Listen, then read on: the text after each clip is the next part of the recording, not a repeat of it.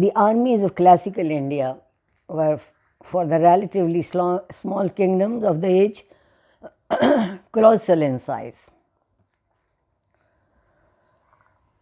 Huan Song reports that Harsha's army consisted of 60,000 elephants and 100,000 cavalry. The early 20th century Arab traveler Al-Masudi states of Paritaharas had of 4 armies, 800,000 each. So, these are the incredible figures, and little credence can be given to them, but Indian armies were certainly immense hordes.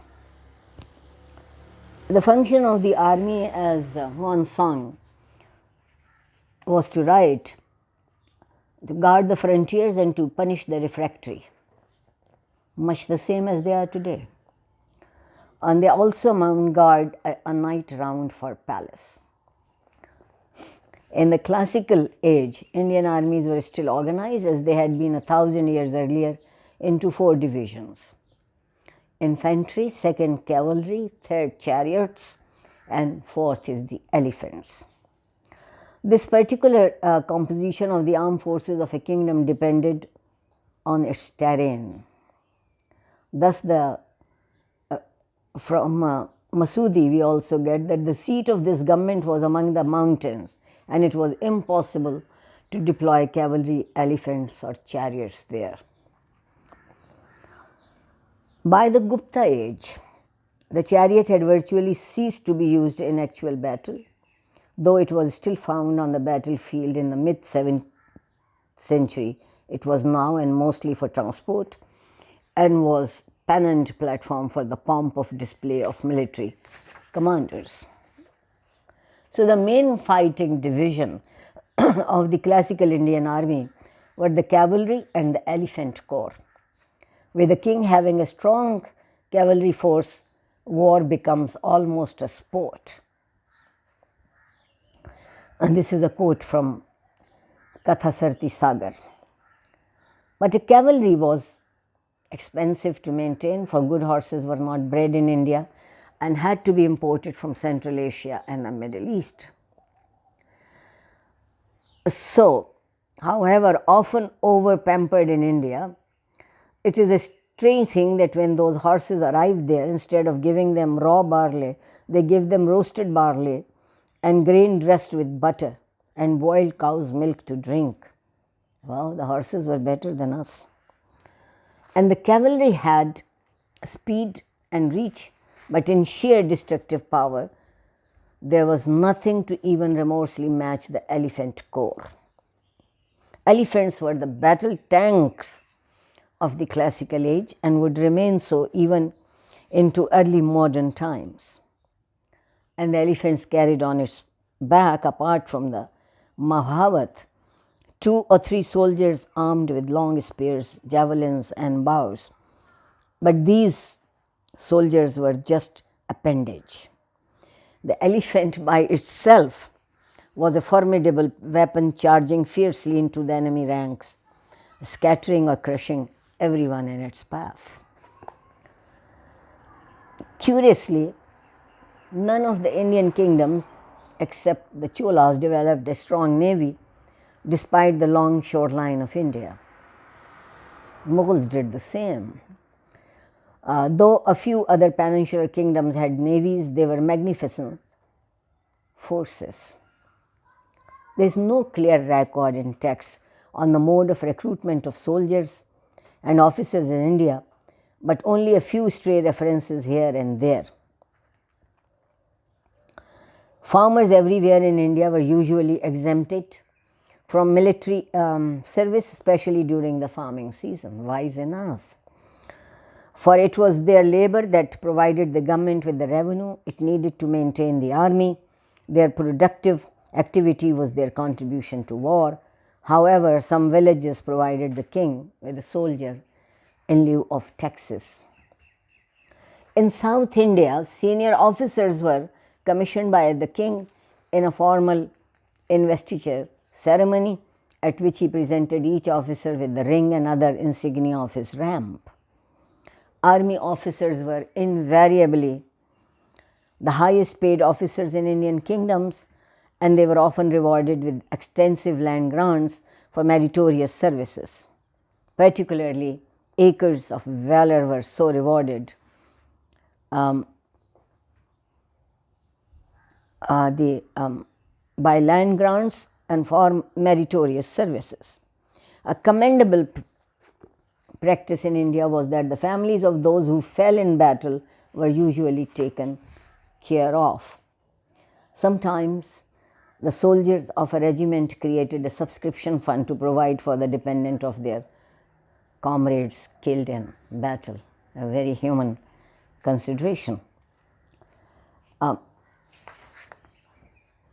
Poor military discipline was there, and it often led to a frequent desertion and mutinies in Indian armies. It was disgraceful for an Indian soldier to flee from battle, but a whole troop of soldiers could do so without ignominy. The lack of discipline in the Indian army was aggravated by the absence of uniforms for soldiers, as each soldier dressed in any manner he fancied. And in South India, common soldiers wore hardly any clothes at all. So this, however, was truly of a common soldier. Senior officers who rode on elephants, horses and chariots were very well clothed. And just as there was no regulation about uniform in the army, there was little or no regulation about weapons either, and each soldier carried into battle whatever he preferred. The classical Indian army on the march was like the migration of a whole people. Far apart from soldiers, the army was accompanied by pioneers, spies, physicians, veterinarians, priests, bards, cooks, the harem of the king, the families of officers and soldiers, and so on. It was essential for the army to have any of these camp followers because the government itself made no commissariat arrangements whatever needed. Usually, the army broke camps well before dawn and was on the march again. So, the war could only be fought during daylight. The chaos in the army on the march, most of the times, led to a chaos in battle. However, in sharp contrast to their haphazard military practices, Indians had elaborate and systematic theories about military organizations, arrays and battle tactics. The preferred season for war in India was autumn and spring, when the weather was not so unkind. There was usually a formal declaration of war carried to enemy king by an envoy before the commencement of hostilities. The king led the army in person. He was honor bound to do so, and he, contrary to Kautya's sage advice to him to stay in the rear and avoid unnecessary personal risks, often fought in the van of the battle for a display of heroism by the king, considered essential for boosting the morale of the seriously wounded or general personnel of the army. The king and the soldiers really enjoyed a good camaraderie. And according to Mahabharata, when the battle was joined, there arose a tumultuous uproar caused by the blare of trumpets, boom of drums, the blowing of conchs, the flourish of cymbals and tabors, beside the shouts and scream of soldiers. But it was all over too soon. The Indian ideal of battle was dharma yudh, a righteous war, a righteous battle. Military honor required soldiers not to refuse quarter to those who sought mercy. Personal valor and ferocity and contempt of one's own life and those of others were the most valued qualities in classical Indian soldiers. Bards always accompanied the army to the battlefield to rouse his spirit by reciting glorious tales of heroism and to incite soldiers and generals to emulate the valiant exploits of their ancestors.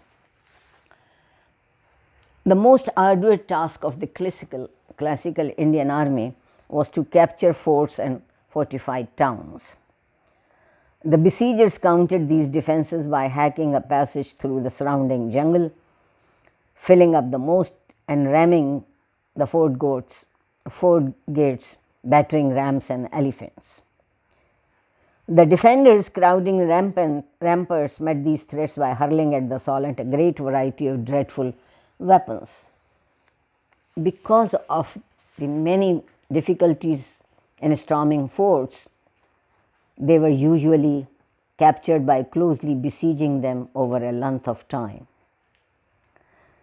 To capture or kill the enemy king, or at least to capture his standard or war drum and to hew down his own totem tree, were, apart from seizing booty, the major objectiveness of war, especially in South India.